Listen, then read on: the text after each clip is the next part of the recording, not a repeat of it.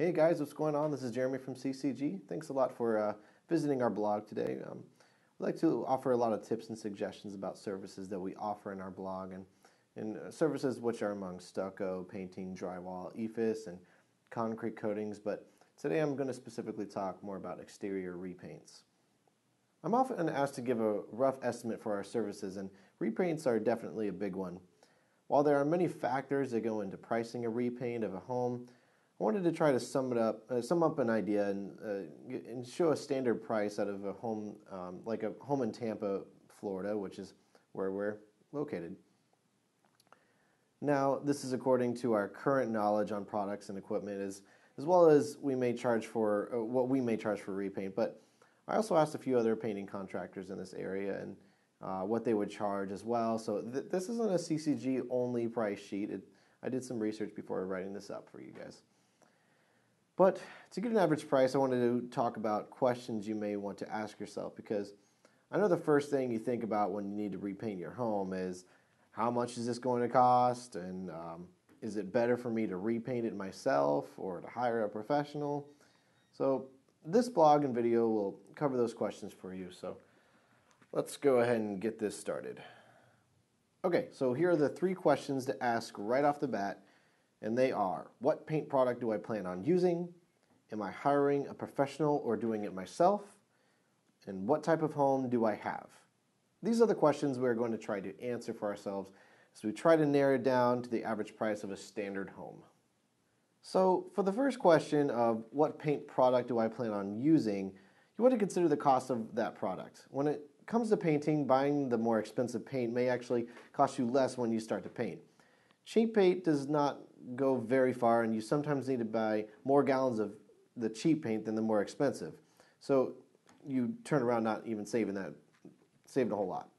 That isn't to say that the price tells you all about the paint, though. So sometimes it is a small difference in comparison to the large price difference. But that usually has to do with the warranty, which brings us to our next point. Consider the quality of the paints. What is the warranty of that paint? Is it 5 years, 25 years, lifetime warranty? In a previous blog, we actually talked about choosing the right paint warranty. It mostly has to do with how long you want the paint to last and how long you plan on living in that particular home. If you are only going to live there for like 10 years, you probably don't want to worry about buying that lifetime warranty upgrade or worrying about that at all. These questions are answered a lot inside a paint manufacturer store, which I suggest you definitely go visit before deciding to paint yourself or hire a professional. And then when you do request a quote from a contractor, ask them why they chose their particular paint. If they are a good painter, they will explain to you the lowest quality that will do a decent job and let you know the difference between high-priced paints. Sometimes contractors just want you to buy a particular paint because that's the paint that they get the best price and markup on. Ask them what they would use on their house or why they chose that particular paint manufacturer. I had one contractor actually tell me one time that he used Sherwin-Williams paint because he had a long-lasting relationship with them and he got a great price so that he could give the better price. While that would be a case that sometimes helps you out, I felt that answer kind of left me in a pigeonhole because I would have liked to compare different manufacturer products with each other. When a contractor does do that with you, it shows that they are open to give you the best product and service, not just win you over with the best price or best profit. Okay, so now you want to ask yourself, will I paint my own house or will I hire a professional? You may think that it's a whole lot cheaper to repaint your house yourself, but you probably want to look into the facts first. First question you want to know if you're painting the house yourself is, what is the necessary equipment? For your house, it could take a very tall ladder or possibly scaffolds. I'm not an expert on what most people have in their household, but I know that really tall ladders are kind of a little more rare these days, and I highly doubt that you have scaffolds unless you do this on a regular basis. You already know about the brushes and the rollers that you'll need for the repaint, but what about a sprayer or a pressure washer? You definitely want to consider the factors of whether you want to rent or buy that equipment. By the time you do all that, you might only be saving a few bucks on the repaint, and you haven't even opened the paint bucket yet. So those are a few things to consider. The next question is whether or not you know the correct process of repainting. There are many steps to it. It's not just applying the paints. You want to seal stucco cracks, caulk around windows, pressure wash the house, apply the paint correctly.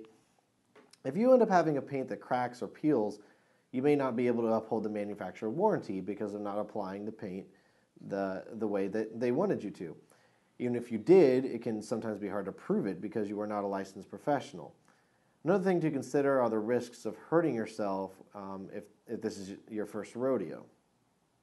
So now we're going to look at if you hire a professional.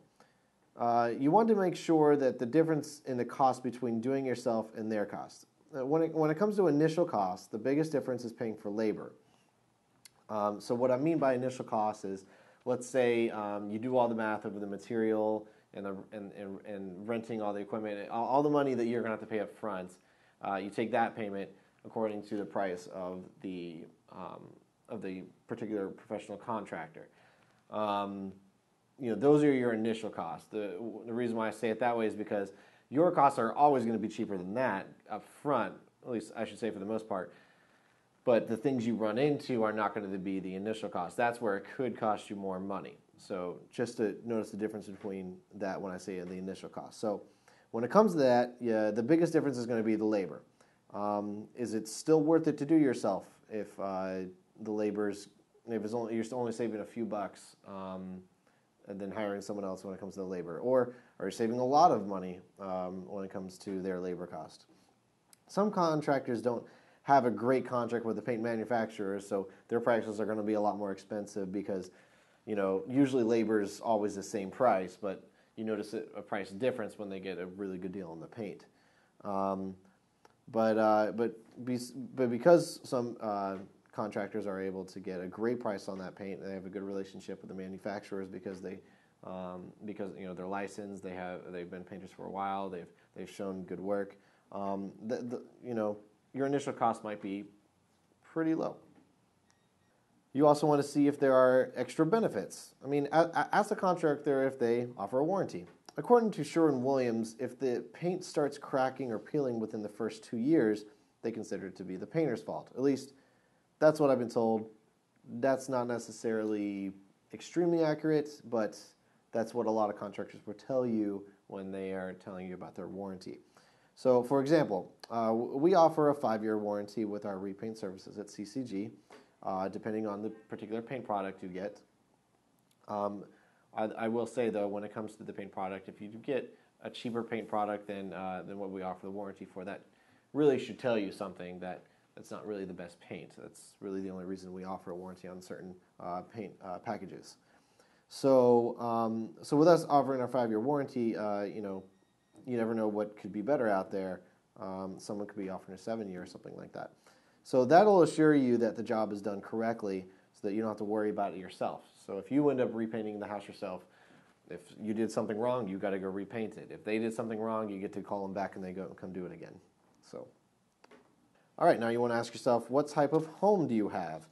Does it have multiple exterior systems like stucco, siding, or brick? That can change the process of that can make the paint process a lot more tedious, or having a special type of product that you'll need. For example, if you're needing to repaint your vinyl siding, you first want to make sure the product can be used on and you also want to make sure you are able to apply it correctly. Most times you have to apply that with a sprayer. The roller's not going to work out so well. So first you got to buy that product, then you got to rent or buy the sprayer. Next thing to ask is how tall or how big is your home? Is the height going to be a big problem for you? Do you have a ladder to be able to reach that far? Are you physically able to handle that? Is it an oddly shaped home, so you have to make a special rig to repaint it?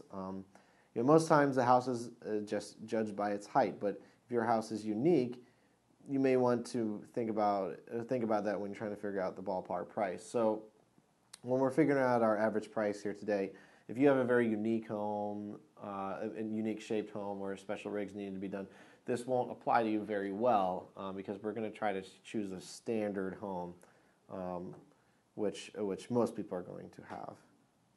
And so on that note, now that we have all those questions thought of, let's try to price out a 2,500 square foot home, let's assume it's one story and the exterior system is stucco.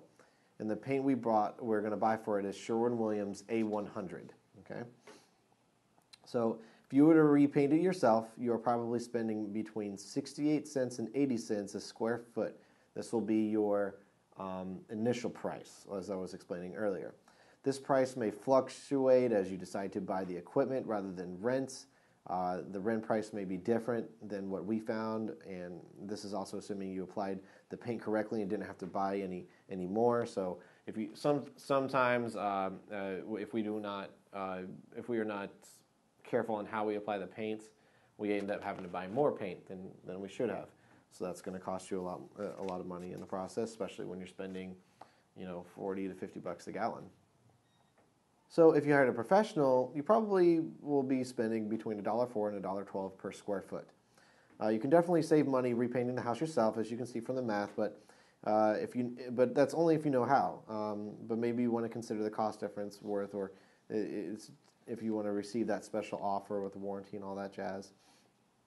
I can tell you that if you find yourself under $1 per square foot with a paint product above A100, like Super Paint or Stow Lotuson or Resilience, that's going to be a great deal for you.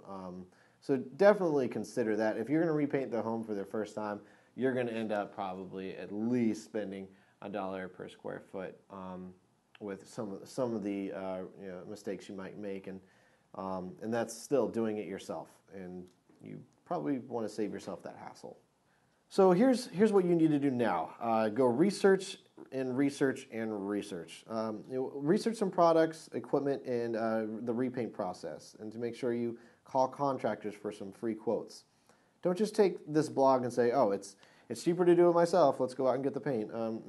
You could find some great deals out there. They'll be worth the longevity and having a quality product, plus that means no work for you. So definitely get a lot of research done before you make any decisions. And painters know that when you're looking for a quote, you're going to be asking quotes from several others, and they also know that deep down inside you're going to be thinking about doing it yourself. So, well, everyone, thanks for watching. I hope I answered some of your questions for you today. If you have any more questions or would like to offer some suggestions, please comment below on our blog, or if you are looking at this on YouTube, you can comment below there as well.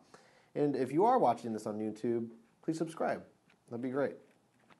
So if you are in the Tampa area and would like a free quote or have questions about what we can do for you, please do not hesitate to give us a call or email us at the number and email address right there. Make sure to check us out on our blogs and our website at ccg-tampa.com. And again, my name is Jeremy, and it's great talking to you.